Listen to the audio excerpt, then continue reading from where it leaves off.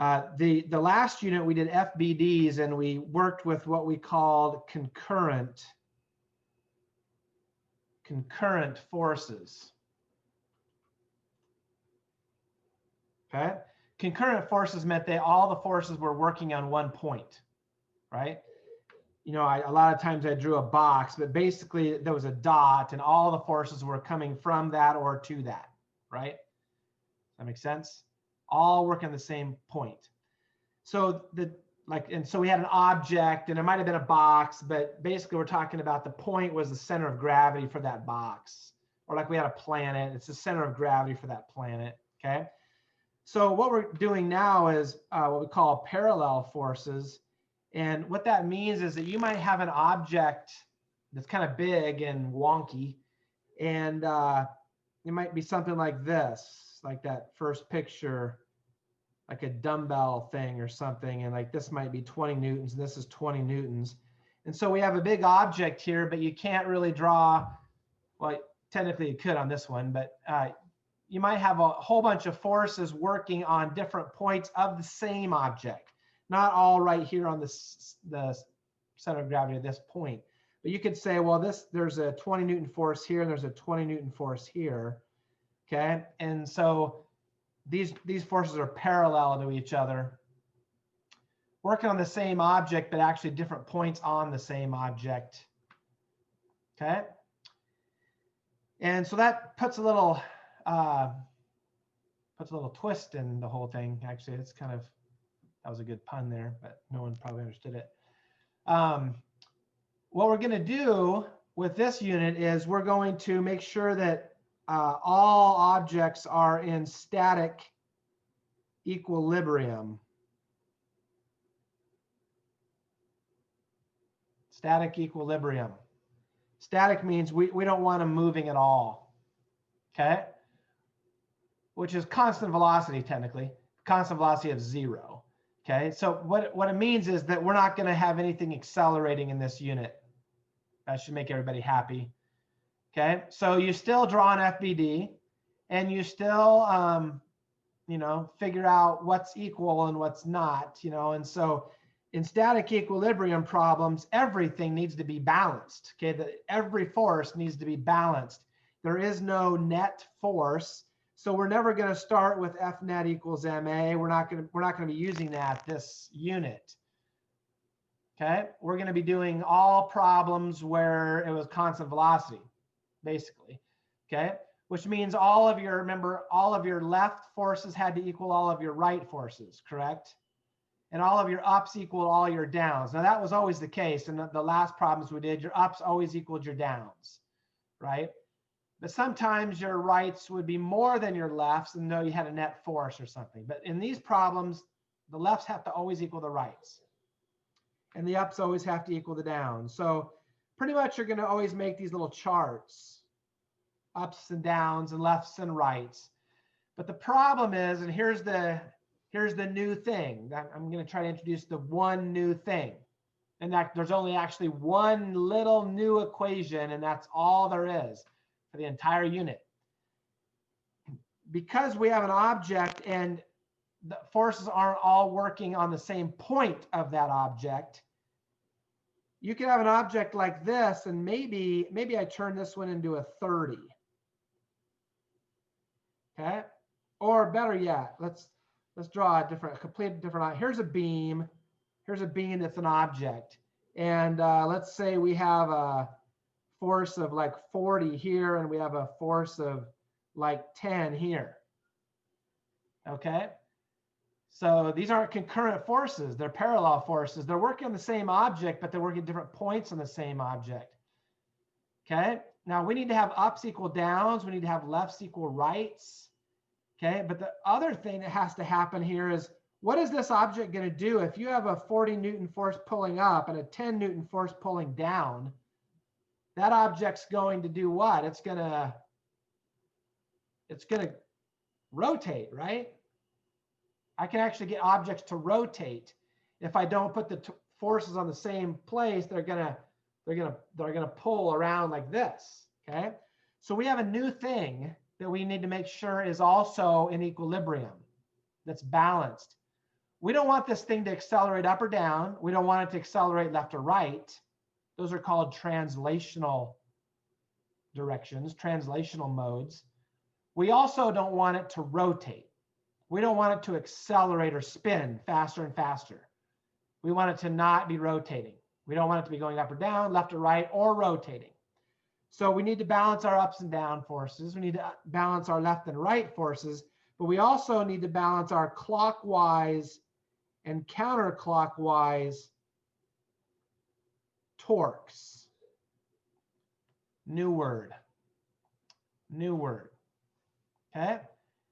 You can provide torques. Torque is what causes something to rotate. All right? And we need to make sure that all of our torques are balanced. What do I balance torques around? Well, I balance them around a point. Where is that point? Wherever you want it to be. You're going to get to choose some point on an object, and you need to, once you've made that decision, whatever your decision is, can be different for different people, whatever you decide, you find a point, and then you make sure that all the torques around that point are balanced. So before we kind of really get into a problem, let's look at torques and how to calculate them. What's the equation for torque? The equation for torque is a force times a distance. We actually label it R. It stands for radius, but it could be D. It's a torque times a distance. And the distance is measured from wherever point you're choosing out to that force. Okay. So let's just say I have a beam of wood, some beam of wood here. Okay. And let's say that there's a force here pulling down at like 20 newtons. And there's a force here pulling up at like 60 newtons. Okay. But that's some kind of a problem we have here. And I want to look at how to calculate torques. Okay. So I need to pick a point to measure torques from. It could be anywhere on the whole beam. Okay. I'm just going to say, let's pick a point out here on the end of the beam, and let's measure the torques. Let's make a torque chart, clockwise or counterclockwise torques that are currently working around that point right there. Okay. All right. So let's look at this. Which means that here's a beam, and let's say I grab onto the end of it right here.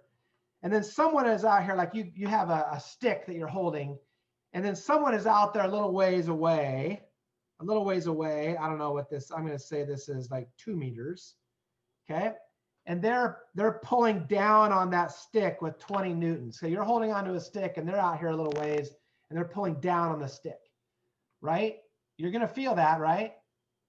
That's going to be a torque. That's called a torque.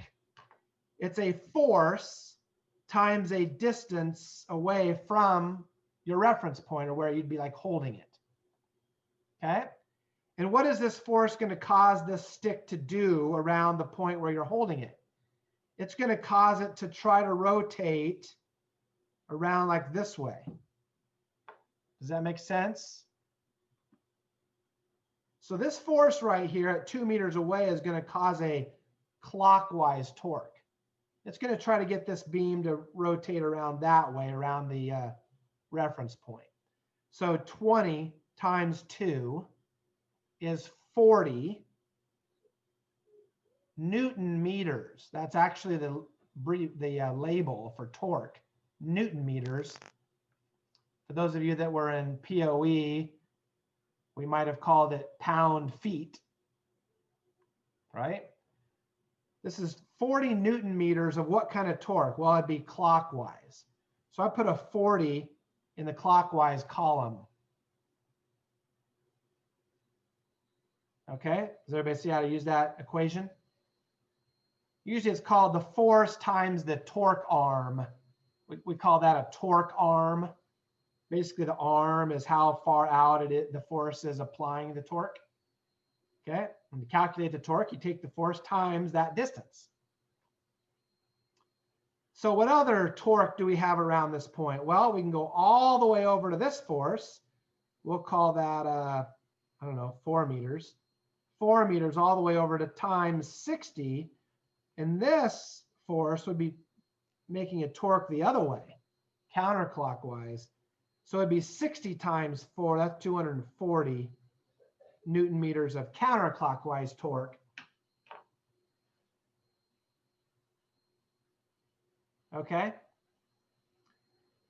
Now, you'll notice in my chart that that's all the forces that were on it. So in this chart, we have a lot more counterclockwise than we do clockwise, which means this thing is going to be accelerating, spinning in the counterclockwise direction, unless I can balance that out.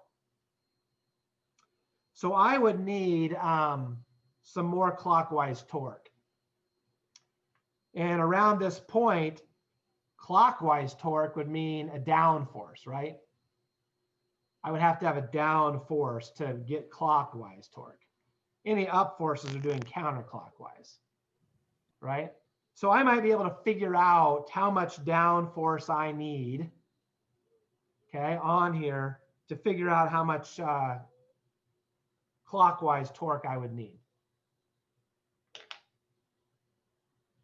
Okay, I'm not doing a problem here. I'm just trying to show you how to use torque and how to calculate torque. We're going to go back and start doing some problems. So, any questions so far on that? This is one of those things that kind of builds a little bit. You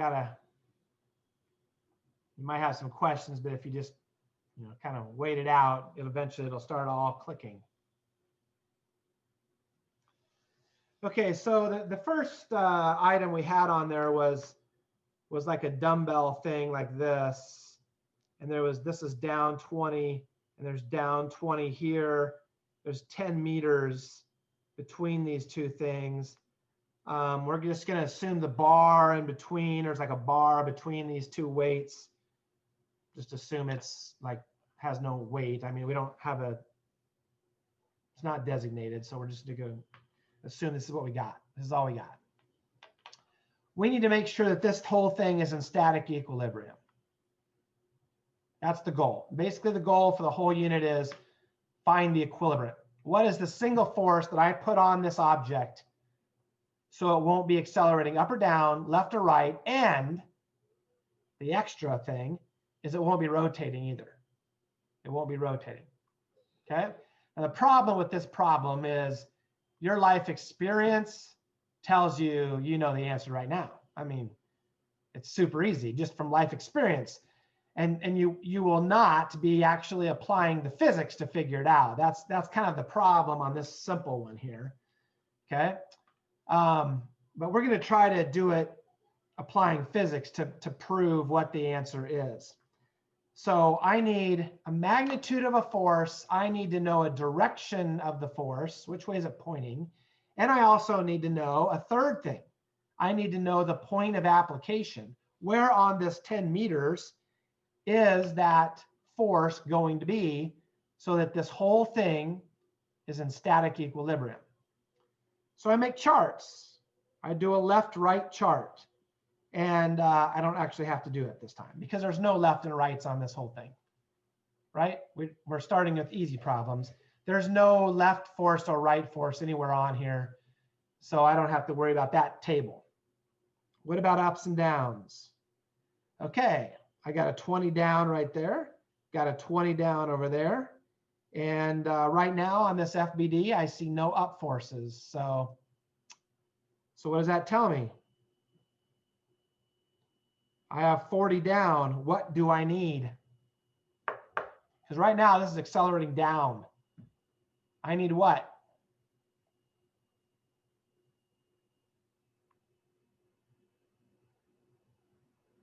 40 up.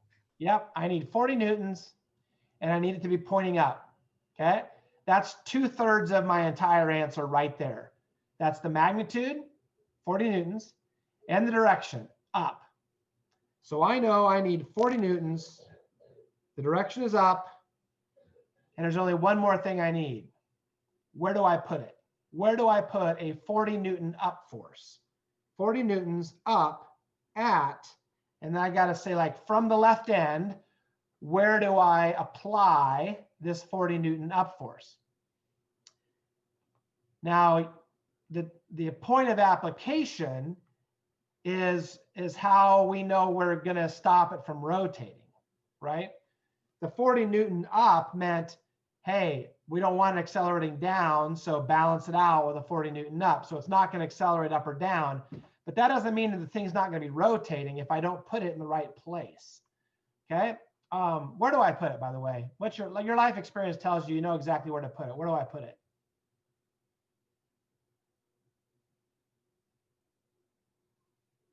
I hope your life, where?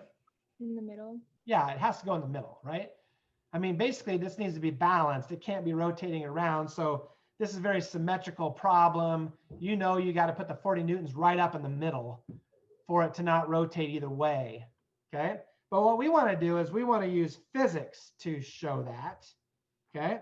So right now, what we know is that we need a 40 Newton up force. We got to put this somewhere so that all the torques are balanced, okay? So we pick a point anywhere. We can pick a point anywhere. I'm going to pick the left end. I'm going to pick right here as my reference point. And I'm going to balance, I'm going to look at the clockwise torques and the counterclockwise torques around that particular point. Okay? So look at this force here on the left, this 20 Newton force. How far is it away from my reference point? 0, right? So how much torque does this 20 Newton force do on that reference point? Yeah, it does no torque on it at all. It's right on the reference point, so it's not applying any torque to it at all. Okay? By the way, these problems get tougher, and you got to get smarter. So you start thinking strategically about where do you want to choose your reference point. And a good place always is to try to choose a point where there's already some forces on it, because if there are, you don't have to worry about them at all, because those are not far away from your reference point, so they will never be providing any torque. So you don't have to even put them into your problem. It's nice. Okay, so this, I don't even really worry about this right now. Okay. The only force that's causing torque around this point is this force over here. And it's 10 meters away. So 20 times 10 is 200. And what kind of torque is this going to cause? Which way is that going to make it rotate? Clockwise. Yep, it's going to go around clockwise. So in my clockwise down here, or sorry, right here, clockwise, I'm going to put in 20 times 10. I'm going to put in a 200 clockwise. And that's all I have. That's the only torque around this point. Okay? Now, clearly, that's not balanced, right? That's not balanced. So I also need 200 counterclockwise. I need 200 counterclockwise. So that tells me, where should I put a 40 Newton up force? Where can I put a 40 Newton up force that will give you 200 Newton meters of counterclockwise torque? How far away from this reference point should I put this 40 Newton up? 5. Yep. I should put it 5 meters away. So I know that I put it right in here, because 40 times 5 is 200, this kind of torque. That's how I get my 200. So this torque table actually told me where I should put that 40 Newton up force. Does that make sense or not? I know it's still early. We've got a lot of problems. It'll start making more sense, but you know, your common sense told you exactly where to put the 40 Newton. But this is how we used physics to actually prove where it needed to go. Okay? So this force and this force, that's providing 200 Newton meters. This is providing 200 Newton meters of the other kind of torque, so they're balanced. Everything's balanced around that. By the way, instead of choosing this point, what if I chose the point in the middle? What if I chose the point in the middle? Now I got 20 over here times 5, right? That's 100. 20 times 5 is 100 Newton meters of clockwise. But then I would have had 5 times this 20, right? And that would have been going around the other way. That makes sense? So that'd been 100 counterclockwise torque. And that might have bothered some people because they already would have been balanced, right? They're already balanced. So where in the world would I put this 40 Newton up force so that these things stay balanced? Well, also in the middle. Yeah, I would have had to put it right where I happen to choose my reference point. Okay, you can choose your reference point anywhere you want. And in that case, I would have maybe accidentally chose the exact point where I need to put this force. Okay, so if I see from the torque tables that they're already balanced, then there's only one place I can put this force so that these things don't become unbalanced. I'd have to put it right where I happen to measure from. Okay. All right, we got 5 minutes. Let's see if we can do this problem real quick. I got a beam. It's 6 meters long. 6 meters long total. Right in the middle, there's a, what is it? A 20 Newton force here. And 2 meters in, there's a 30 Newton force. So let's see, 1, 2, 3, 4, 5, 6. There we go. So there's my situation. I need to put in the equilibrium. I need to say, what force should I put on here? What's the magnitude? What is the direction? And where do I put it? So this whole thing is not going up or down, left or right, and it's not rotating. Okay, that's what I got to do. So I'm going to do, left, rights. I'm going to do up, downs. I'm going to do clockwise, counterclockwise, torques, and they all have to be balanced out. Okay. So left, rights, don't have to worry about it. There's no left or rights on this problem yet. We haven't got to the hard problems yet. Okay. Ups, downs. What do I got for ups? Yell out. 30. 30. What do I got for downs? 20. 20. All right. What do I need so that ups and downs are balanced? 10 down. Yep. I need a down of 10. So that's 2/3 of the problem right there. I need 10 down. Okay. So now I'm going to do torques. And I got to pick a point. You got to pick a reference point somewhere, anywhere on the whole thing. You can pick any one of these points that you'd like. Okay. I'm just going to go all the way to the left end and pick a point. I'm going to say right here. Here's my reference point. So let's do torques around this reference point. Got it? All right.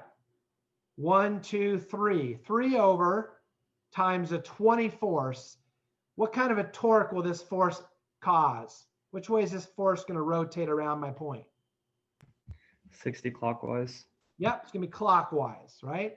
1, 2, 3. 3 times 20, 60 clockwise.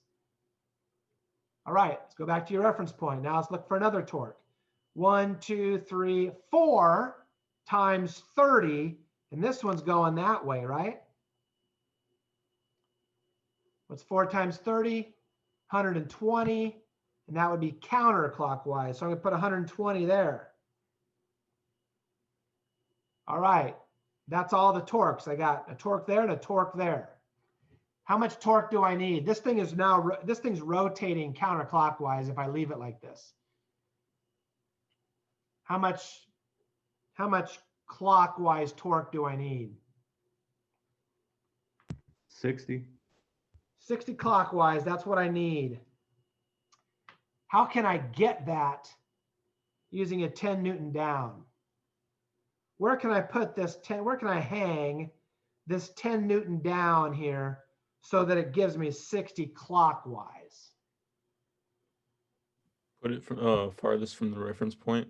Yep, 1, 2, 3, 4, 5, 6. Hang the 10 right there.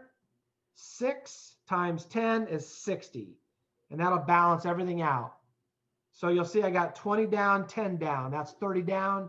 I got a 30 up, ups, balance, downs. I got 20 times 3 is 60 that way. I got 1, 2, 3, 4, 5, 6. 6 times 10, 60 also that way. That's 120 that way. I got 120 the other way too. So it's good. QED, problem solved. Okay. So what's the necessity of balancing the ups and downs, like for the forces? Why do we do that? Because I do not want it to be accelerating upwards or downwards. Got it. So static equilibrium means that all forces are balanced so that you have no, and here's two words for you. Translational movement or rotational movement. Translational means this way or this way, right? And rotational means, around this way. Okay? So we're doing static equilibrium problems, and we do not want it to be accelerating up or down or left or right or rotationally. So all your torques have to be balanced, all your ups and downs have to be balanced, and all your lefts, rights have to be balanced. And that's what you're doing basically on every single problem. Okay? You're going to balance all those out always. All right, questions on that? There are videos on every single other type of problem, but I'm going to do some more of those tomorrow. And it's a slow process at the beginning. It's going to start, making more sense. So, okay, that's the end of class. Say again. How do you write it with like 10 newtons down at? Like, what do you put for the at part? Yeah, you do like 10 newtons down at 6 meters from the left. Okay.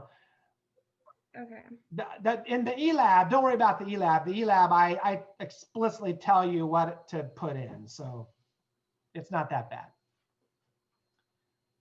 Okay, have a nice day.